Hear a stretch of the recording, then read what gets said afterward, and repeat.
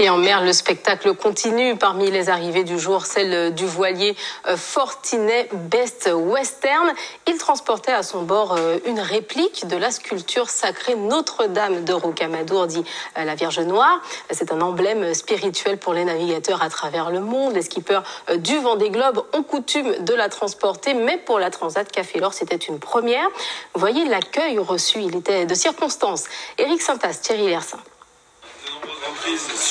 Le vent a ralenti le monocoque de Romain Attanasio et de Maxime Sorel, mais pas les ardeurs. Beaucoup de monde les attendait dès 7 heures. Ce n'était pas une arrivée comme les autres. Au-delà de leur 11e place, les deux hommes transportaient la Vierge Noire de Rocamadour.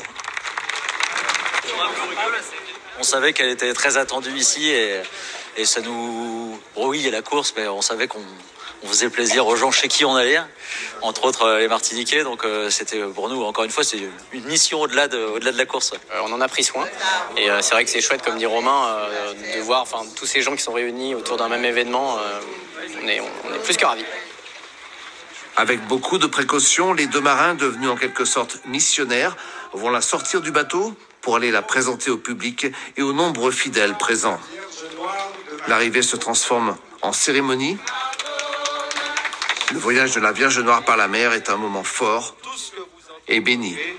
Au nom du Père et du Fils et du Saint-Esprit. On ne peut venir ici qu'en passant sur les flots, soit par avion, soit par l'eau.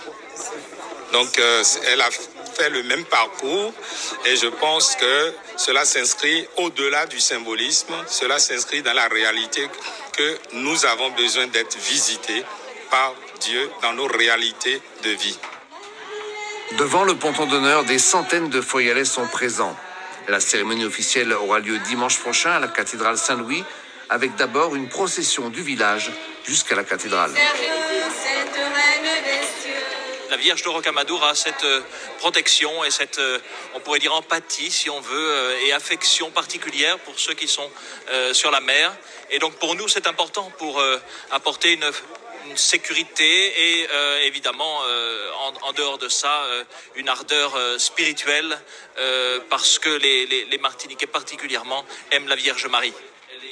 Pour finir cette belle histoire de mer, le bateau a mis 14 jours, 22 heures, 30 minutes et 57 secondes pour venir jusqu'ici. Romain et Maxime s'en souviendront sans doute toute leur vie.